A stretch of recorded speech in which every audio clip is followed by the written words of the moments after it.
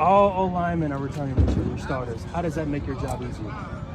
You know, we got to replace some key positions, but anytime you come back and you got those 5 guys up front that you can lean on, you can count on, take a little pressure off the new quarterback, you know, it's exciting because you feel it's all got to start up front. Coach Fick's big believer in this O-line driven program, and we got some guys up front. You know, I feel that, you know, in our team meeting the other day, I challenged them, like, you're the best offensive line group in our conference. Now let's make a run of being the best offensive line group in the country. Just keep it one. It's a constant evaluation. We're one day in. Get it out of the way, right? Yeah, I'm sure that we're going to get that question a lot. Fick will get it a lot. But both those guys are doing a great job competing and doing their best to lead the team in a quarterback competition, which always isn't easy. But both of them right now are doing a great job. Is there a factor, single factor, or a couple factors that will ultimately decide that for you toward the end of camp or middle of camp or whatever? I think it's got to be, you know, it's going to be over their overall body of work throughout training camp. There's a lot of factors, obviously, that go into being successful at that position. Everything's being evaluated. But we're hoping that there'll be some separation. If not, hopefully that means that we got 2 really good guys that we feel we can go win the championship with. What's the benefit? Who makes that decision? Is it a combination of you and other coaches, or just you?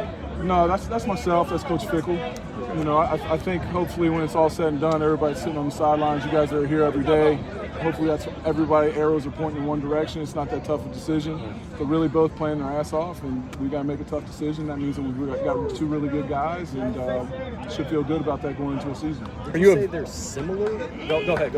Are you evaluating different things? Like if a guy's working with the second O-line, do you look at different things than if he's running with the 1 receivers? Absolutely. Like all those things are kind of separated with themselves, and there's going to be days where those guys split reps with the 1s, and then there's going to be days where Evan's just going to go with the 1s and Ben's going to go with the 2s, and all that's evaluated. Not only their demeanor, but their leadership with that second group, or how they perform with the second group compared to the first group.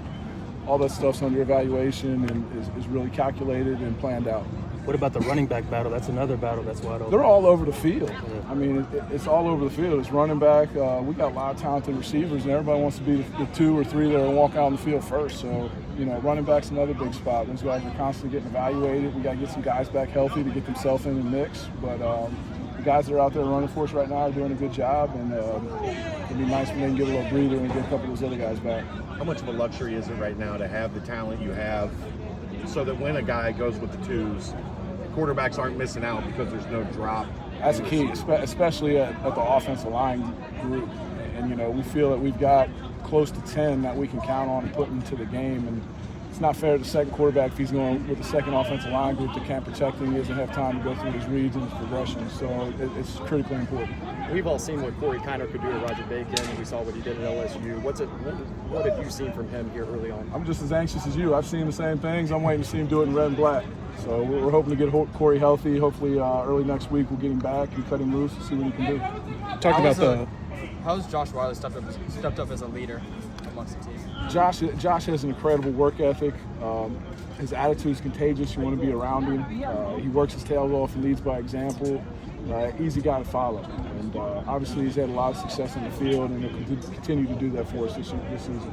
Talked about the depth at wide receiver. Seems like you got a lot of speed at that group too. I mean, you got Tyler, you got Will, you got Trey, you got Drew Donnelly. All those guys can really run. Nick Marner's a big long bite that doesn't look like he's running, but he's covering up grass.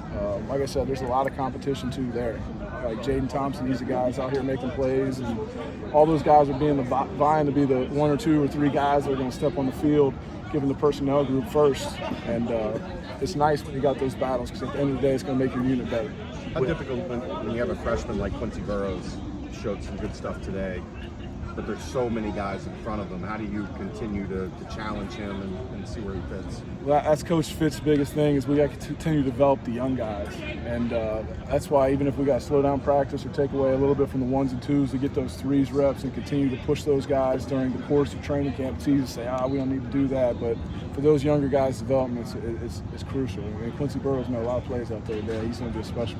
When you look at Evan and Ben, how similar or different are they in their command of the offense and their skill set? Are they more similar or more different? Yeah, I think you know the answer to that. Skill set wise, they're very different, right? Evan Prater's very dynamic with the ball in his hands, similar to Desmond Ritter. He's really improved as a passer. Ben Bryant's more of a pocket passer, ball placement, arm strength. So when we script practice, we're trying to script to those guys' skill set, right? To make sure we're going out there and giving those guys a chance to be successful. And depending on who's the starter, the offense will be blended to suit that guy's skill set. With 2 older elite tight ends, will 12 personnel be a big part of Gino Guidulgi's offense? Absolutely. We got to get those guys on the field. In our conference especially, not a lot of people see 12 personnel. We're looking for it on film to try to get, our game plan in. We don't get it a lot. You don't see it. There's not a lot of evidence of it, but we're gonna do it. We got to get Josh and Lenny on the field. They're a matchup problem. Both of those guys are willing and efficient blockers. And again, now that's putting pressure on whoever's corners are to isolate Trey and Tyler or Nick and Jaden, whoever it is on the outside. Everybody's in the box. Those guys are isolated one-on-one, so I think that plays into our hands. One more for Coach. Joe Huber, he's been getting the looks at first-team right tackle. Tell us about his rise from walk-on to scholarship player to running with the ones. Joe's been unbelievable since he got here. When he walked in the door, you looked at him and you said, man, this kid's got the body that one day if he continues to grow, progress, gets a little bit more athletic, gets a little bit stronger, he'll have a chance. And to me, it's just a statement to what he's done since he's came here. All he does is work. He doesn't say a word. He's a man of few words, but he goes and he works, and it's very important to him. And Joe's the type of guy that you give him opportunity, he's going to take full advantage of it. Thanks, Coach. Appreciate you guys.